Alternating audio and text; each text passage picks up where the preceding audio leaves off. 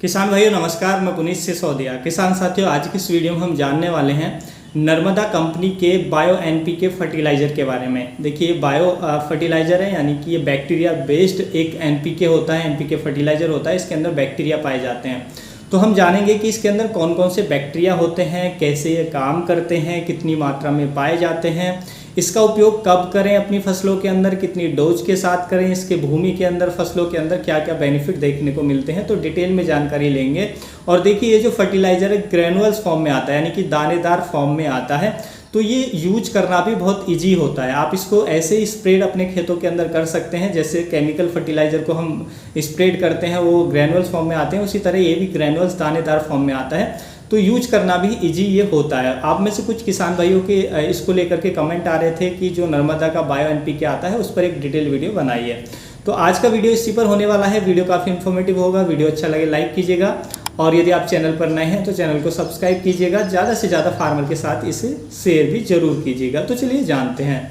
तो देखिए, नर्मदा कंपनी का जो ये बायो एनपीके आता है, तो इसके अंदर 3 तरह के बैक्टीरिया पाए जाते हैं। वैसे इसके अंदर होते 5 बैक्टीरिया इसके अंदर पाए जाते हैं, लेकिन वो उनका काम जैसे कि नाइट्रोजन फिक्सिंग करने वाले बैक्टीरिया इसमें पहले होते हैं, यानी कि एनएफबी बैक्टीरिया जो नाइट्रोजन फिक्स करते हैं। वो एनएफबी जो बैक्टीरिया हैं वो इसके अंदर 3 तरीके के पाए जाते हैं। एक होता है एजोक्टोबैक्टर बैक्टीरिया।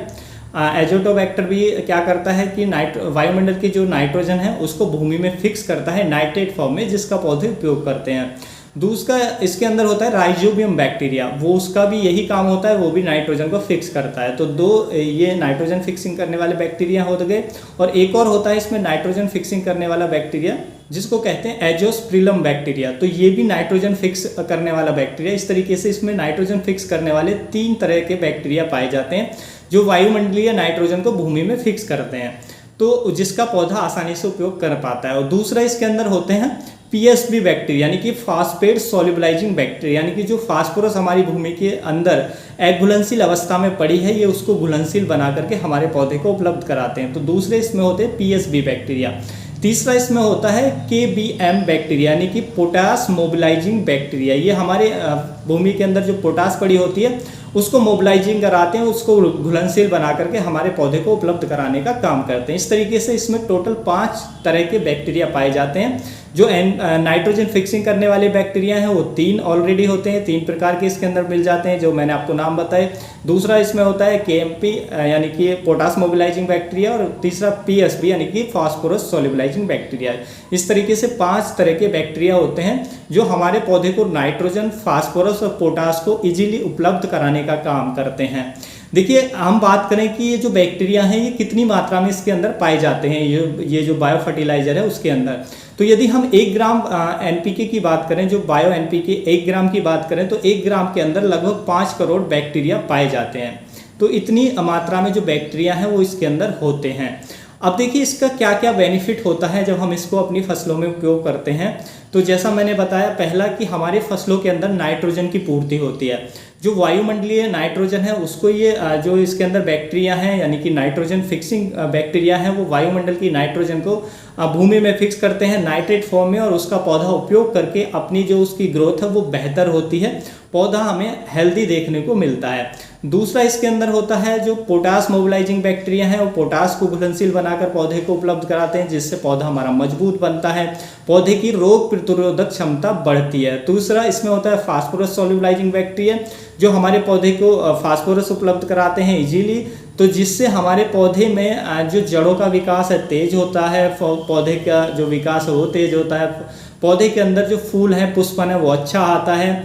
और हमारे जब ये सभी पोषक तत्व इजीली मिलते हैं हमारे फसलों को, तो हमारी फसलों का विकास अच्छा होता है, उनकी ग्रोथ अच्छी आती है, प्रोडक्शन को बढ़ाने में हेल्प करते हैं। उसके साथ साथ हमारी मिट्टी भुरभुरी बनती है, क्योंकि जब ये जो पोटास मोबिलाइजिंग बैक्टीरिया या फास्फोरस सोल्युबलाइजिंग बैक्टीरिया हैं, ये जो हमारी भूमि के अंदर फास्फोरस या पोटास जो फिक्स फॉर्म में पड़ी रहती है उसको घुलनशील बना देते हैं। जब वो घुल जाती है तो फिर हमारी जो मिट्टी है वो भुरभुरी हो जाती है, मिट्टी में एरेशन अच्छा होता है, जिससे हमारी फसलों की जड़ों का विकास अच्छा होता है, और फसलों को जो पोषक तत्व इजीली मिल पाते हैं। फसलों की जड़ों में एरेशन यानी कि वायु संचार अच्छा होता है, जिससे रोग भी कम हमें देखने को मिलते हैं।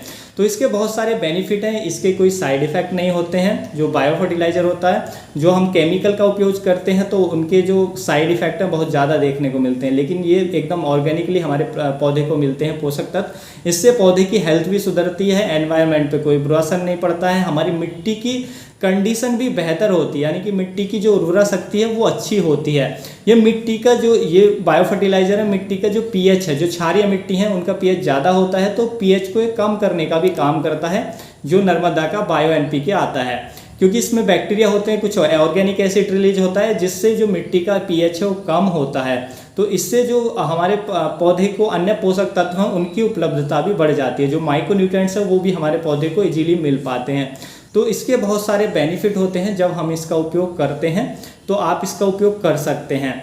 लेकिन जब भी आप इसका उपयोग करें तो हमें कुछ सावधानी रखनी चाहिए, जैसे कि हमें जो बायो एनपीके आता है इसको हमें किसी भी जो रासायनिक फर्टिलाइज़र है उसके साथ मिक्स करके उपयोग नहीं करना चाहिए, क्योंकि उनके साथ इनकी कंपेटिबिलिटी नहीं होती है, आपको रिजल्ट अच्छे नहीं देखने को मिलेंगे। तो रासायनिक फर्टिलाइज़र के साथ बिल्कुल भी इनको यूज ना करें। जब भी आप इनका यूज करें, या तो आपने जो रासायनिक फर्टिलाइज़र है वो आपने 10 से 15 दिन पहले यूज किया है, तो उसके बाद मान लीजिए जब भी आपने रासायनिक फर्टिलाइज़र उपयोग किया है अपने खेत के अंदर, उससे 10 से 15 दिन बाद ही जो हमारा एनपीके बायो फर्टिलाइज़र उसका उपयोग करें।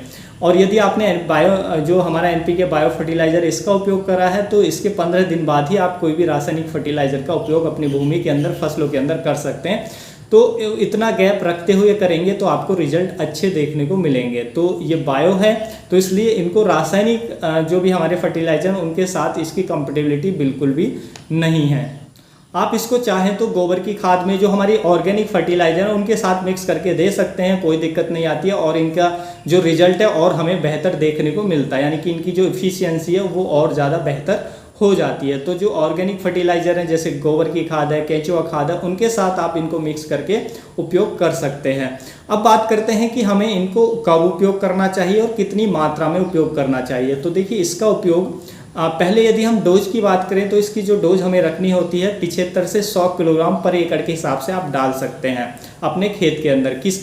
और इसका उपयोग आप किसी भी फसल में कर सकते हैं। आपकी कोई भी सब्जी वर्गीय फसल है, आप कोई फलों वाले पौधे आपने लगा रहे हैं, बागवानी आपने की है, आप गेहूं की फसल लगाई है, धान की फसल, गन्ना की फसल, कपास की फसल, सोयाबीन की फसल, कोई भी फसल है, टमाटर, मिर्च, बैंगन, कद्दू, घिया, लौकी, कोई भी आपकी वेजिटेबल्स क्रॉप है, आप किसी के भी फसल के अंदर कोई वेजिटेबल्स है, सीरियल क्रॉप है, किसी भी फसल में आप इसका उपयोग कर सकते हैं, तो काफ़ी अच्छे रिजल्ट आपको देखने को मिल जाएंगे। कब उपयोग करें? एक तो आप इसको देखिए, इसका जो आपको उपयोग करना है या तो बेसल डोज में उपयोग कर सकते हैं, जब भी आप किसी भी खेत की तैयारी के समय आप इसको डाल सकते हैं, भूमि की तैयारी के समय या बेड प्रिपरेशन के समय, तो खेत की तैयारी के समय उपयोग कर सकते हैं बेसल डोज के तौर पे। या आप उस टाइम कोई भी रासायनिक खाद उपयोग कर रहे हैं तो आप बुआई के 20 से 25 दिन बाद भी आप इसका उपयोग कर सकते हैं, यानी कि प्लांटिंग आपने कर दी है तो प्लांटिंग के 20 से 25 दिन बाद भी आप इसका खाद का उपयोग कर सकते हैं। तो इस तरीके से आप इसका उपयोग कर सकते हैं। तो उम्मीद है किसान भाइयों जो आज की जानकारी आपको अच्छी लगी होगी। जानकारी अच्छी लगी तो वीडियो को लाइक कीजिएगा, ज़्यादा से ज़्यादा फार्मर के साथ इसे शेयर कीजिएगा ताकि उन तक भी जानकारी पहुँच सके। मिलूंगा मैं आपको एक और नई वीडियो में नई जानकारी के साथ, तब तक के लिए आप अपना ख्याल रखिएगा। धन्यवाद।